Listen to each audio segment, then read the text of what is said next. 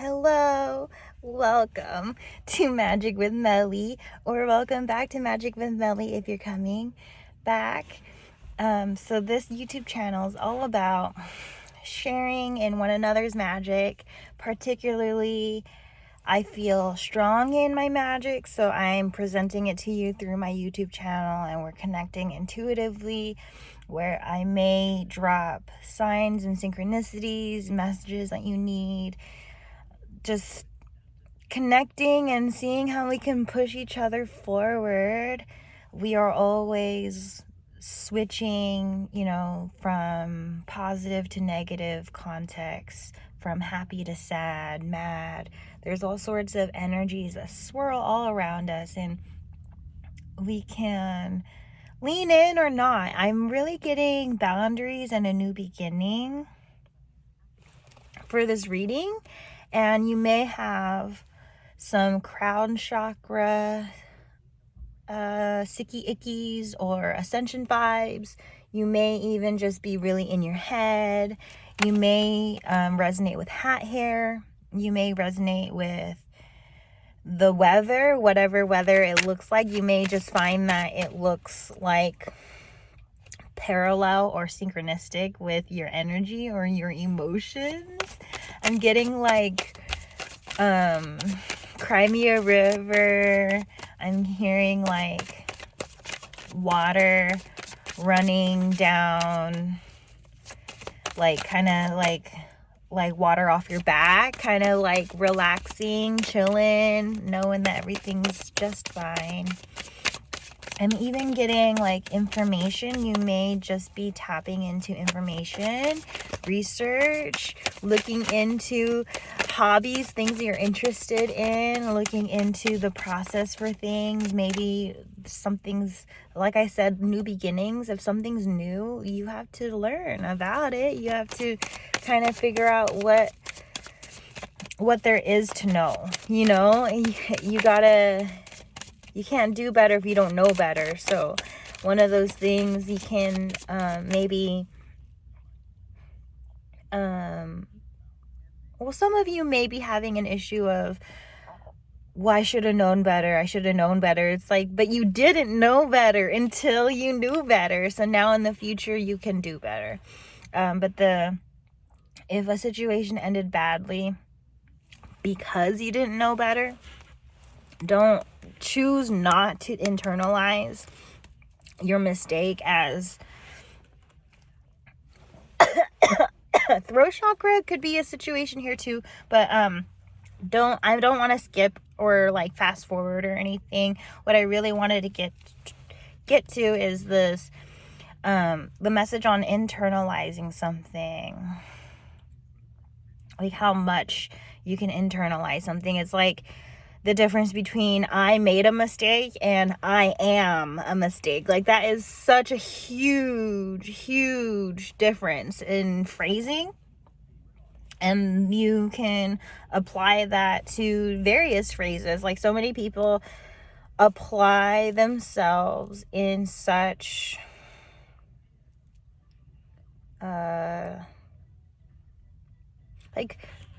I'm not saying this caters to everyone, but like every zones of awareness, right? Like how much people are aware that they even do the things that they do and why, and how they may show up differently around a sister or a brother, or how they may show up differently around a friend versus a family member, or a partner versus like friends. Like sometimes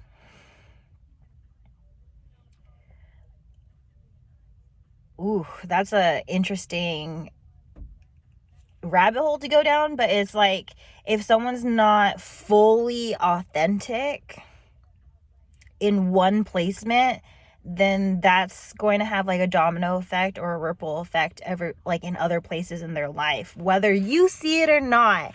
Just take one layer of what they are showing you and apply that to all the other areas of their life, because that, like, if there's missing details, if there's missing information, it may be left out on purpose if someone's being inauthentic, especially if like say for, this is an example, only an example, only take it if it applies, but it's only just to keep it flowing.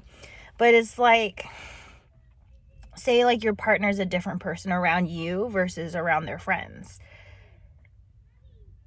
Well, there's some place in the middle that they are, right? If they're like a sweetheart, they're amazing and loyal and honest and things around you, and then they're a troublemaker around their friends, it's not like they are both, or it kind of is like they are both. They are somewhere in the middle, or they are fake somewhere else. Like, it just depends on how you measure that. Like, people measure or place themselves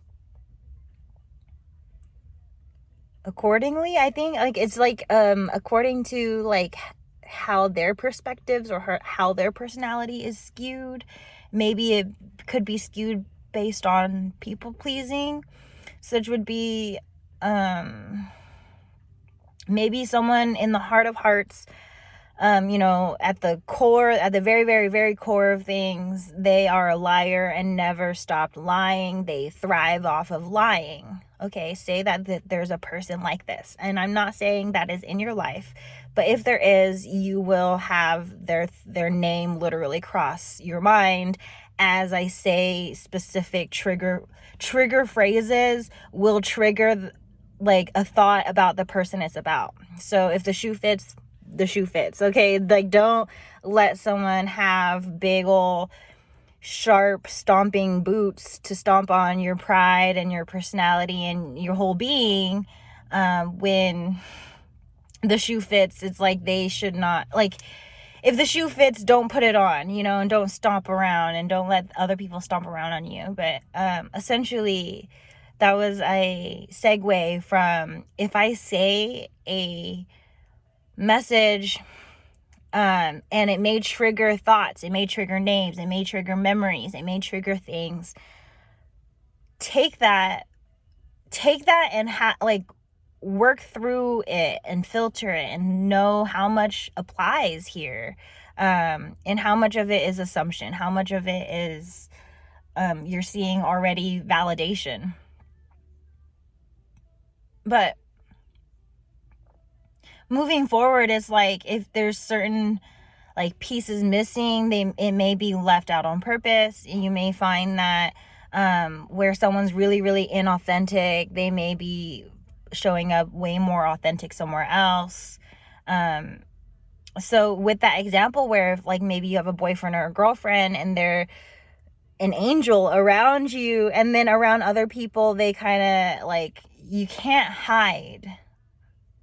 Like, truly, you can't hide forever. Like, the truth always comes out.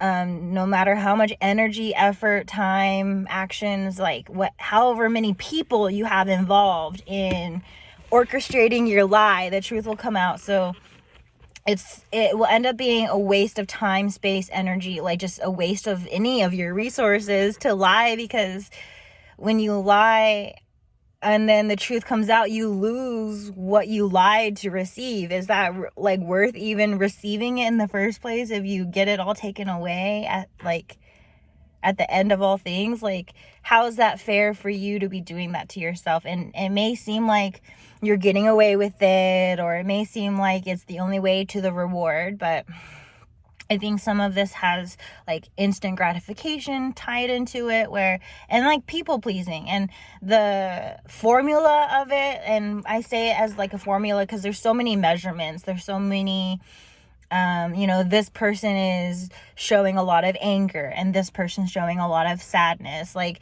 everyone shows differently. And so, what I'm really truly getting here is we have that Eight of Pentacles and the Seven of Pentacles. When the Seven of Pentacles was coming up, I was starting to say, like, you don't have to internalize anything. You don't have to, you know, make a mistake and then think that you're going to continue making that mistake. You can learn from the first mistake. I think the situation here is a lot of not seeing oneself.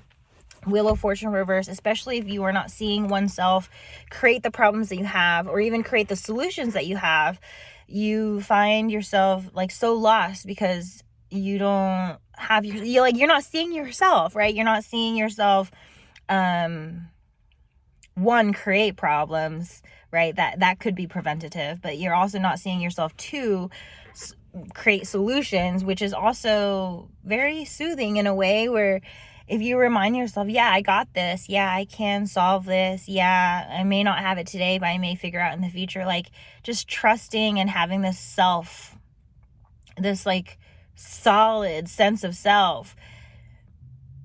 This is what Spirit wants me to kind of like open your eyes to. We have Wheel of Fortune reverse, Justice reverse. Some of you have led yourself down many injustices, like bullying, abuse of various kinds. And I say that as sensitively as possible. If you resonate with that, you resonate with that. If you don't, trust is here for the right people. But we have community as well. Okay, we have community. So you could really find those that could help you. I know that sometimes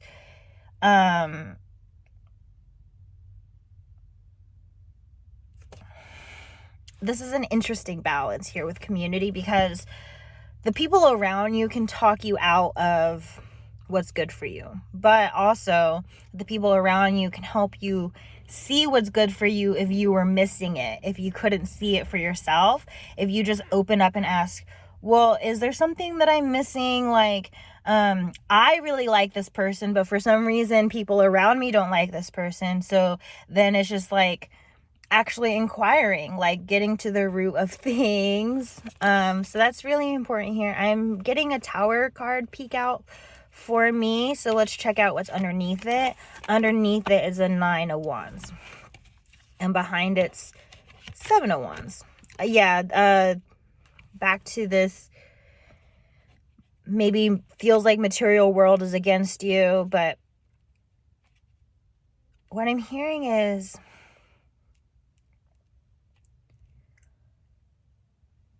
when you look at yourself today in all aspects, mind, body, soul, emotional, career, romance, any of those things, and when you fully see that, you like kind of look at your morals and the way you phrase them, the way you carry yourself, what you believe in, right?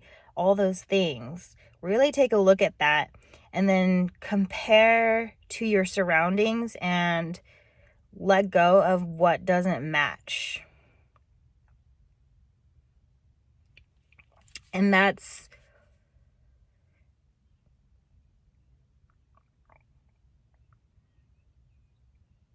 a process that you do not have to fully embody at once. If anything, it's impossible to fully embody letting go of everything you need to let go of.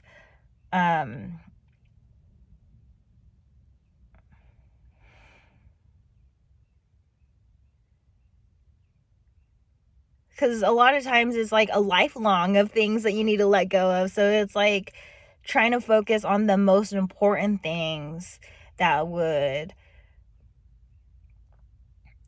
like, focusing on these things for the soul, whether it's letting go or grounding or but I'm definitely getting like there's exhaustion here, mental exhaustion, maybe too much thinking and not enough doing. Thinking, I'm hearing, if you are like sitting in a room or sitting in a crowded space and you're in your head, you are not present. You are either in the past or you are in the present, and you should maybe consider the theme, kind of take a step back from the specifics and zoom out into the theme and rephrase some of, or like redefine some of the actions, and even maybe lead by example. You may find that you give others advice. You may need to listen to the same advice that you give others. And I know that message specifically is for me because I've been going through it today. I really want to give a friend of mine advice that if there's a friend of yours that is still connected to an ex-friend, an ex-lover, an ex-anything of yours, if you've had a conversation with them, okay, that's fair. You give it grace to work it out.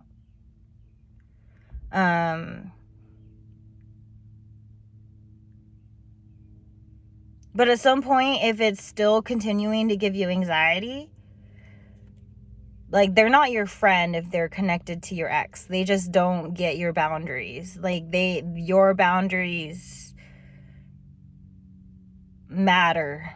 Like, yeah, the people pleasing element is like you're considering your middle friend and being like, I don't want to make my middle friend choose. I don't want to cause drama and like not be friends with this person, but they're friends with this person and this and that. Blah, blah, blah, blah. Okay.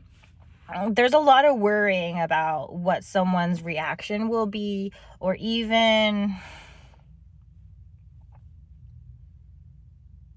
like, I don't know, like some people think they mean well by being in the middle of everything. It's like, you're really not doing anyone well by being in the middle of everything. You should be in the middle of your own stuff instead of in the middle of other people's stuff.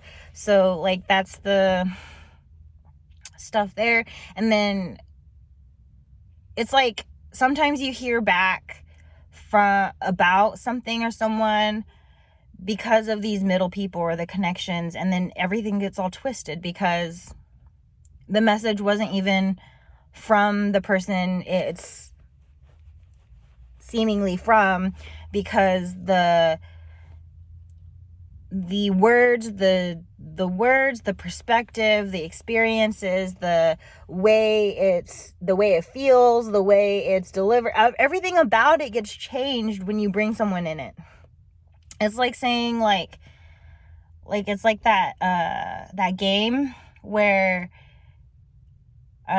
you're in a line full of other people dancing, or like you're about to dance, and it's like the first person makes a move and then the second person has to copy that move and then add a move, and then the next person has to like copy the previous moves and then add another move, and it's all chalked up to memory, and it's all chalked up to how the person perceived the move in the first place. So like someone maybe they may do like an arm circle, but then they like the next person may like just do this, and then the next person might do this, and then suddenly what was this is now this, and that's like not the same thing at all.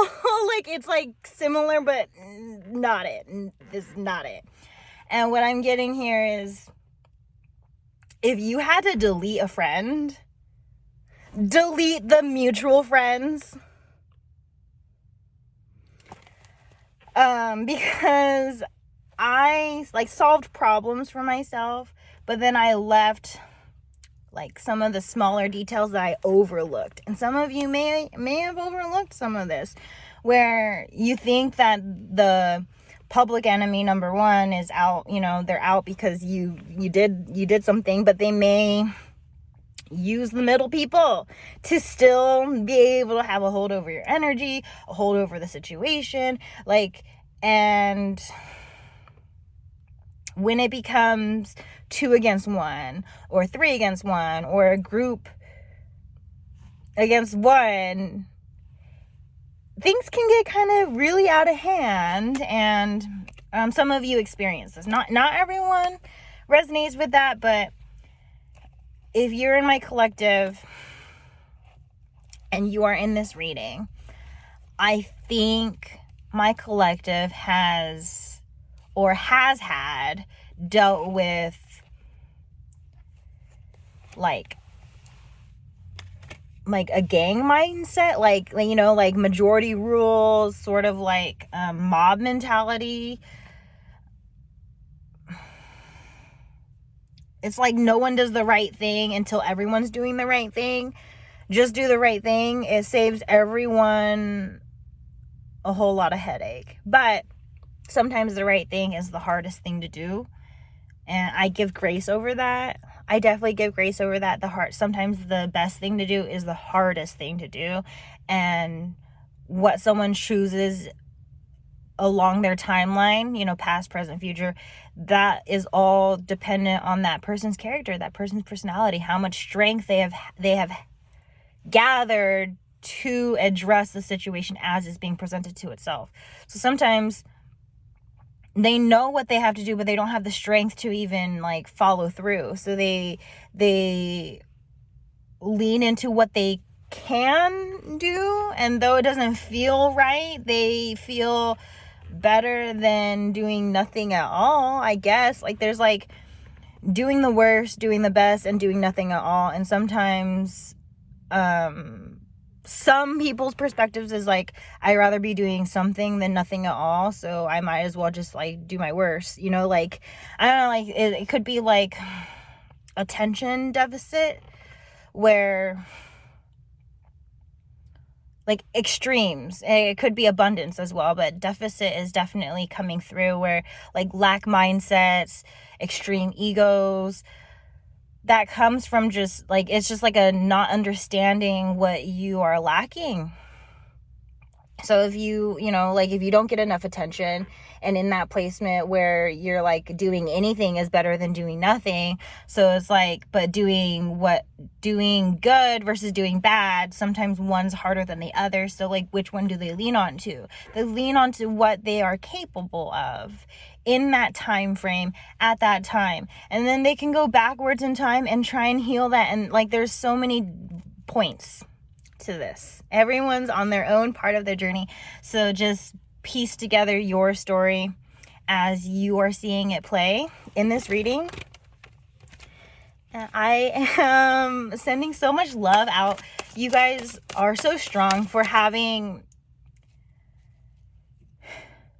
even holding the struggle. If you have struggle at this moment, for even holding it is such a strong notion. Something to remind yourself about is you wouldn't experience the struggle if you couldn't handle it or be able to get through it. It's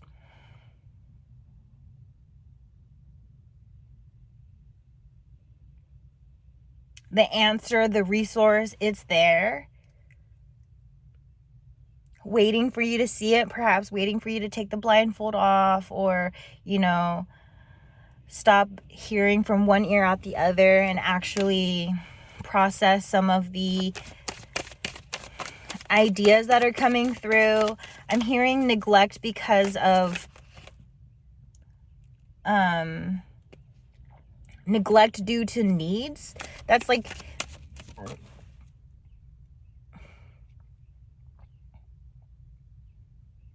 needs.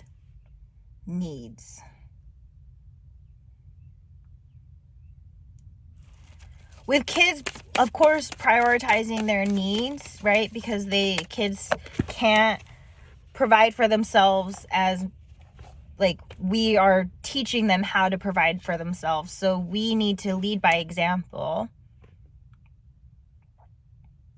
I think there may be a misconception of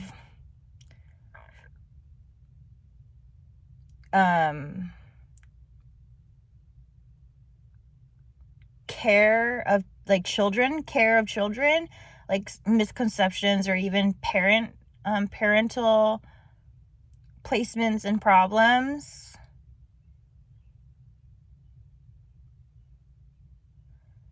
Yes, like your kid's going to be really needy, you know what I'm saying? But it's like, but show them also by example. Like, I'm hearing it's like a tug of war or like a teeter-totter, but it's safe. It's safe to just let things flow, let things go. The tower is reversed now, so it's saying the tower's not going to fall unless the tower was weak to begin with. If you had a solid foundation, nothing to worry about, but the foundation wasn't strong. And what Spirit's saying here is that maybe the situation wasn't safe. It's not as safe as you think. It's not as comfortable, or it's not as successful as you think. There's an inner rim of like, Spirit knows what's safe for you. So if there's anything that's undoing right now, trust that spirit's leading you to a safer space than you are aware of. Like, you may not be aware of the dangers that you're sitting in because of comfort zones, because of what you've always known, because of this, because of that, because of, you know, someone measuring themselves and placing themselves conveniently and this and that. Page of Wands. Okay, Page of Wands. Oh my goodness. Page of Wands. And then, like, it's like immature energy, but you got to go through it to, like, know. You got to be immature to become mature. One has to happen before the other one. So, like, no shame if you are immature. It's part of the experience of becoming mature. But the thing here with the Page of Wands is, like, acknowledge exactly where you're at. Are you experienced in love? Are you experienced in the workforce? Are you, like, accredited? Are you certified? Like, because we're not only just talking about other people, like, you know, like our person, like a person we want to date. We're also talking about, like, where we're showing up in all places of our life. And I think the situation really is here is really know where you're at and where you want to be and sort of bridge the gap.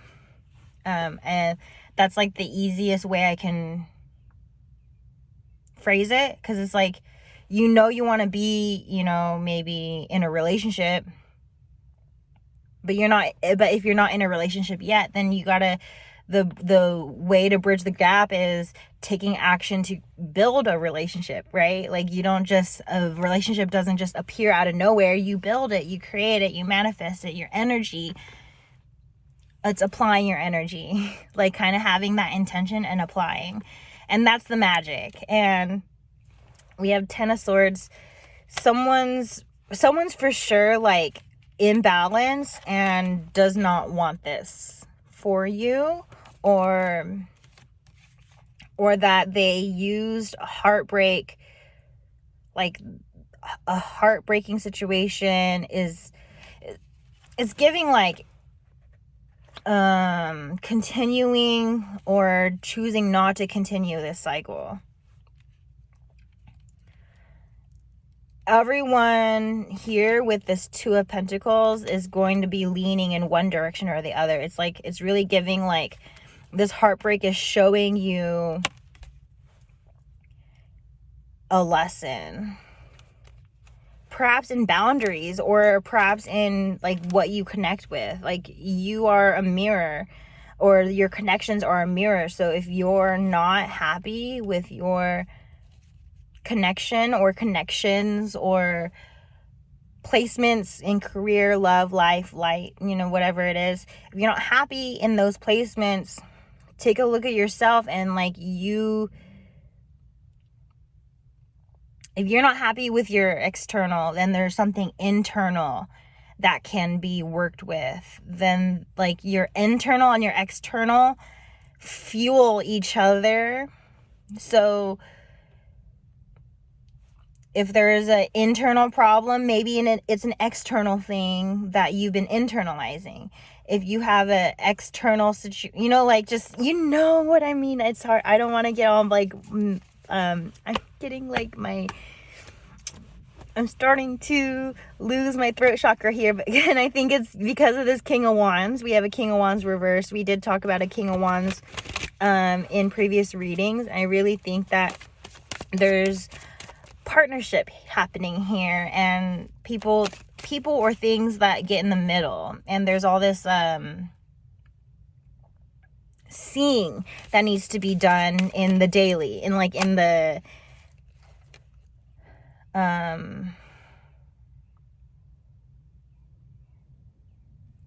getting, like, the word surreal, like, messages, ideas, even experiences can feel surreal, and you have to, like, process it.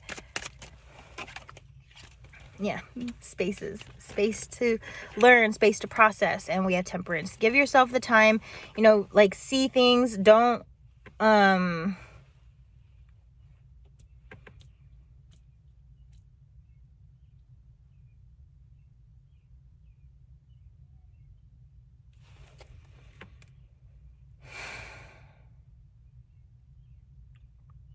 Don't rush through anything. If you are really triggered, see something you don't want to see,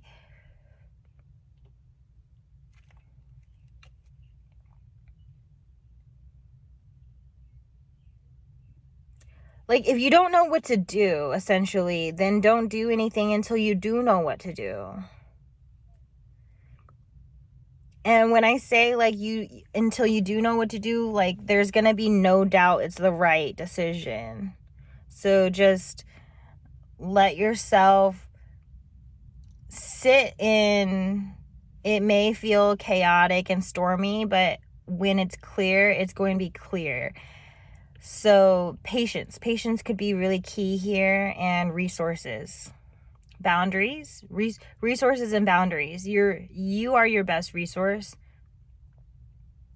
You are the only one who knows what your body and your feelings truly feels like, and what someone or something did to, like, have those, like, that experience. And you can definitely control how much of a similar experience you can have. If you had a bad experience with someone, take that as potential for more in your future of exactly what that context is. If they've already shown you a bad time, trust that there's more bad times coming. If they showed you a really good time, trust that there's probably a lot of good times coming. And, don't just take one bad thing and just go out the door. Like, really work through things and see, like, is it one small action, big feelings, or big feelings, like small feelings, big actions, like, notice alignment and differences here. Okay, I think that's your message. I really don't want to exhaust the message too much anymore. It's time to kind of go hermit mode and see for yourself, and not just have me do the easy part and tell you everything. You need to see for yourself too. So, me telling you your lesson is not going to fully deliver your lesson. You need to go through it to grow through it. And so I trust you. I trust me, trust spirit. With love and light, you are all magical. Thank you for being here on Magic with Melly. Bless you.